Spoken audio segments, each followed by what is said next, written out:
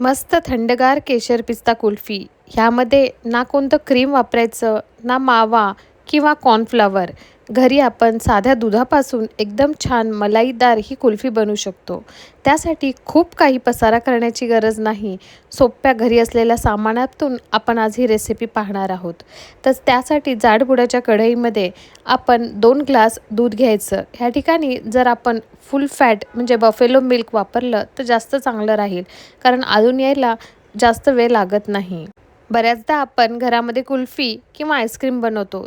त्यामध्ये बरेच ice crystals बनतात आणि मग ते खाताना एकदम मार्केटसारखे छान लागत नाही. परंतु आज आपण अशा काही ट्रिक्स वापरणार आहोत. त्यामुळे आपले आईस क्रिस्टल्स बनणार नाही आणि कुल्फी एकदम छान मार्केटपेक्षा सुद्धा टेस्टी बनून तयार होईल.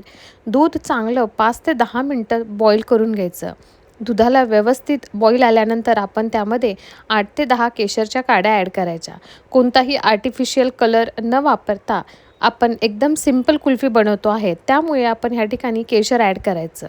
जर तुम्हाला कलर नसेल पाहिजे तर तुम्ही केशर स्किपही करू शकता. 2 वाटी दुधासाठी त्याला थोडंसं आळून आल्यानंतर अर्धा वाटी साखर ॲड करायची. साखर आपण आपल्या चवीनुसार कमी जास्त करून घ्यायची. ह्यामध्ये आपण काही ड्रायफ्रूट्स टाकायचे आहेत, जसे बदाम, काजू आणि विलायची ह्याची पावडर बनवून घेतली. आता सेम मिक्सी जारमध्ये आपण 3 चमचा मिल्क पावडर ॲड करायची. ह्या मिल्क पावडरमुळेच दुधाला खूप छान अशी कन्सिस्टन्सी येते आणि स्मूथ आणि सिल्की असं टेक्स्चर येतं. बरेच जण ह्या ठिकाणी मावासुद्धा यूज करतात. मिल्क पावडर स्किप करून तुम्ही थोडा खवा म्हणजे मावा ॲड केला तरीही चालतं. अर्धा वाटी दूध ॲड करून ह्याचं एक मस्तपैकी क्रीम बनवून घ्यायचं आणि हे क्रीमी टेक्स्चर आपण छान बॉईल आलेल्या दुधामध्ये ॲड करायचं. दुधाचा रंग तुम्ही बघू शकता किती सुरेख आलेला आहे. ह्या ठिकाणी आपण कोणताही कलर वापरलेला नाही. आता दूध बऱ्याचपैकी आळून आलेलं आहे. ह्या ठिकाणी आपण बरेच सारे पिस्त्याचे काप ॲड करायचे. कारण आज आपण केशर पिस्ता कुल्फी बनवत आहोत. त्यामुळे पिस्त्याचे भरपूर सारे काप ॲड केले म्हणजे कुल्फीमध्ये खाताना त्याचं टेक्स्चर खूप छान लागतं.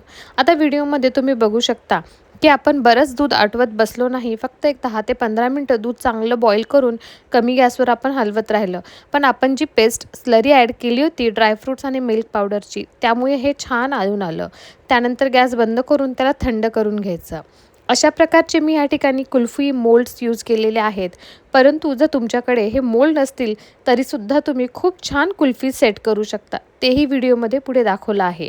ह्या मोल्डमध्ये आपण कुल्फी भरून घ्यायची आणि ह्याच्यामध्ये वरतून आपण ॲल्युमिनियम फॉईल किंवा व्हिडिओत दाखवल्याप्रमाणे कॅपसुद्धा लावू शकतो आणि त्यामध्ये काड्या टाकायच्या. आता तुम्ही बघू शकता मी ह्या ठिकाणी पेपर कप वापरले आहेत. व्हिडिओत दाखवल्याप्रमाणे आपण मिश्रण पेपर कपमध्ये सुद्धा काढून घेऊ शकतो आणि वरतून अशा प्रकारे ॲल्युमिनियम फॉईल लावायची आणि त्यामध्ये आपण आईस्क्रीम स्टिक्स ठेवायची. चांगलं ओव्हरनाईट किंवा 8 ते 10 तास ह्याला डीप फ्रीज करायचं म्हणजे आपली कुल्फी छान सेट होते.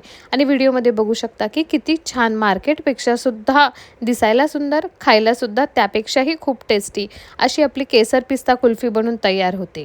तुम्ही एकदा ही रेसिपी नक्की ट्राय करा आणि आपले कप मोल्डचे सुद्धा पेपर कप मोल्डचे सुद्धा कुल्फी एकदम परफेक्ट बनून तयार होती. व्हिडिओ आवडल्यास लाईक अँड शेअर करा.